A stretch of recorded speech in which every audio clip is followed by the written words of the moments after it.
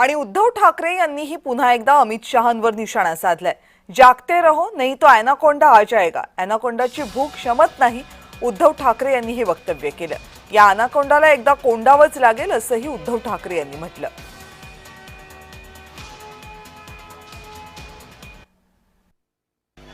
शोले में एक डायलॉग है, दूर गांव में जब आधी रात बच्चा रोता है तो माँ कहती है सो जा नहीं तो।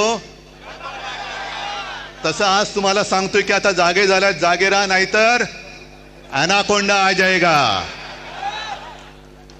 या एनाकोंडाला आता आपल्याला कोंडावच लागेल, कारण नाहीतर सुधारणार नाहीत। लोकसभेच्या वेळेला राजकीय म्हणजे आमच्या विरोधी पक्ष म्हणजे आपण कोणत्या मतदारसंघात कसा लाभ घेतलेला आहे याचा पर्दाफाश मी करेन। मी मुख्यमंत्र्यांना तुमच्या सगळ्यांच्या साक्षीने आव्हान देतो आहे की तुम्ही आमचा पर्दाफाश कराच, करूनच टाका एकदा काय ते दूध का दूध पाणी का पाणी। पण जेव्हा मुख्यमंत्री असं बोलतायत याचा अर्थ मुख्यमंत्र्यांनी सुद्धा ते मान्य केलंय की मतचोरी झालेली आहे, मतचोरी होते आहे।